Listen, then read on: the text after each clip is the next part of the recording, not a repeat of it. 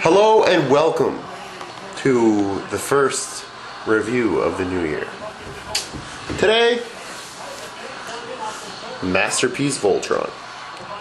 So, yeah, sit down, stick around, and enjoy. We'll be looking at this thing while I'm watching the NHL Heritage game, actually. Go Pens!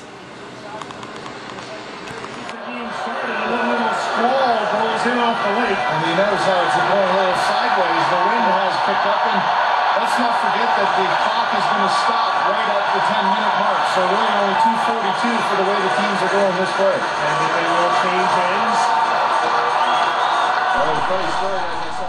Alright, we're going to start off here just with the Voltron box for the Masterpiece. As you can see, it's actually it's a pretty rugged box, kind of made with vinyl. Very nice. It has pictures of the Lion Force on the side, and also pictures of the Voltron Lion Castle Lions, I should say, and the black line on the side. Inside, well, you got your standard Voltron Masterpiece, yada yada. You've got your blue-yellow line with the blazing sword in one of the panels. And in the other panel, you have the black line, red and green line with the shield. And the certificate of authenticity is in there too. This is number 229 of 15,000. The box itself resembles kind of a book. And if you push on the bottom there, you can pull out the trays. The sides of the box resemble pages. So it's kind of neat. Kind of like the Robotech figures. So once we have them pulled out, we see there's 2 shining trays and 1 instruction booklet. So let's open the sucker up. As you can see, in theory, here the blue line, I'm keeping it transformed as a foot. Looks like the original Voltron diecast. Upon closer inspection here, we'll look at the yellow line. I'll show you that there are some differences. The mouth opens like the original one, but it ain't a spring, so it can actually stay open. The head itself is actually very articulate. It can move from side to side and up and down. I guess there's a swivel, if you will, in there. So it's kind of neat. It's kind of different. You can actually move the head around a bit more than the original. The body itself basically looks the same. Same construct. He's a little taller than the other ones. The tail slides in and out. You push it in and you pull it out, as opposed to flipping it over as the old one. But the whole panel there, where you assemble Voltron with the legs, actually is still the same mechanism as the original. As for the arm lines, as you can see, the mouth again opens or closes. It swivels very slightly left to right, not as much as the yellow line or the blue line. Can do the whole 180 thing without actually popping it up and re-putting it in. Again, the tail, same thing. You can push it in or pull it out. It doesn't actually, the tail isn't the peg to assemble him to Voltron's torso in this version, unlike the original.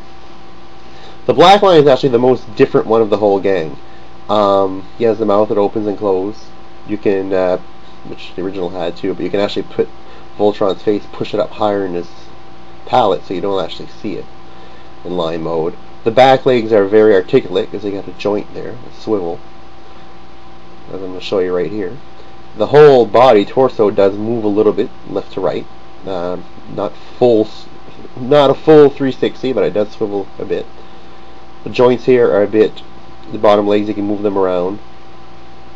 The face is a lot more slimmer, and if you look here, actually underneath the throat, you got the number of the certificate, 229. So you can actually match your Voltron with the certificate of authenticity, because the black line actually has a number stamped on his throat. All the other lines don't have it, just the black one. Here you can see the green line in arm mode, just the same as the original pretty much. Blue line the same. No need to review the blue and the yellow since they're pretty much the same, and green and red, same thing. Here's Voltron's shield. And we're going to look at the blazing sword here as well. Blazing sword actually is a lot longer than the original. Well, not a lot longer, but it is longer. It's slimmer. Nice construct. Looks a lot like the original though. almost an exact replica, except for the slimmer, longer handle. As you can see, the Black Lion's paws flip inside the same way as the original diecast did. These are kind of weird though. They fit one way and that's it. So you gotta fit it in the right way, because if you don't, it will not close and snap. Here we have his legs put in for Voltron. As you can see, his legs are, you can move them further apart, you can move them a bit to the sides. Definitely a lot more articulation. As you can see, the peg to connect the red line to the torso is actually underneath the tail, as opposed to it actually being the tail. Indoors, here comes Sidney Crosby with Colby Armstrong. Malkin is coming up late. The drop pass. Sidney spin around a backhand shot. Rebound. And into the glove of Ryan Miller, who hangs on. Elliot. Rogers presents Hockey Night Mashup. As you can see, we have Voltron fully transformed here. The head is definitely a lot more articulate than the original. You can pretty much move it around any way you want. Make him look up, make him look down. Very nice. His arms too, you can actually move them in all kinds of positions. This is definitely a collector's item. This is not something that I would give to my kids and have them. Well, I don't have kids, but if I did have kids, it's not something that I would give to kids to have them actually running around with, because, well, it's a collectible, and the joints on it, everything could be loosened really easily. He's meant to display. It's not meant to be played with.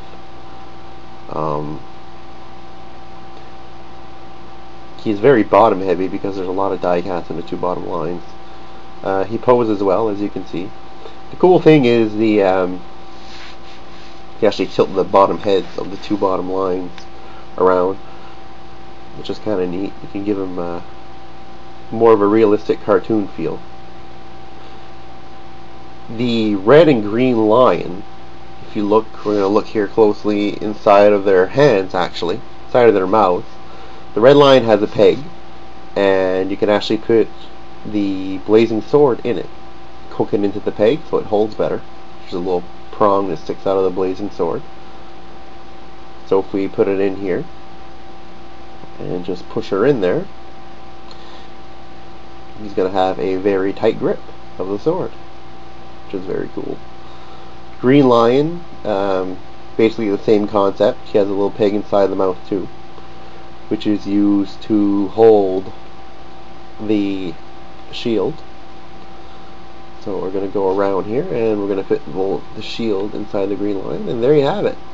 Voltron is ready for battle. Again, a very nice bot. Definitely a collector's item though.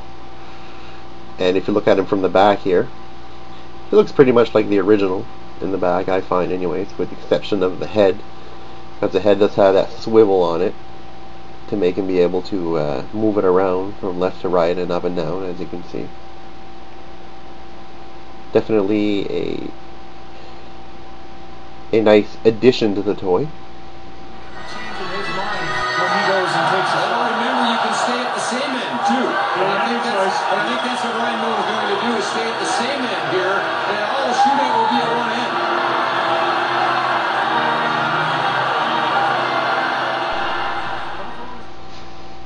As you can see, here he is, Voltron, Defender of the Universe. Definitely a great item, not meant for kids. Don't take him and pose him around too much and move him around. I can see how the joints would get loose on this guy quickly. Very bottom heavy. Very good toy. I still find the original is more rugged than this one and meant more to play with. This one is meant more just as a display piece. But definitely one great robot, and definitely nice to have in any collection. Sidney Crosby for the win. Yeah!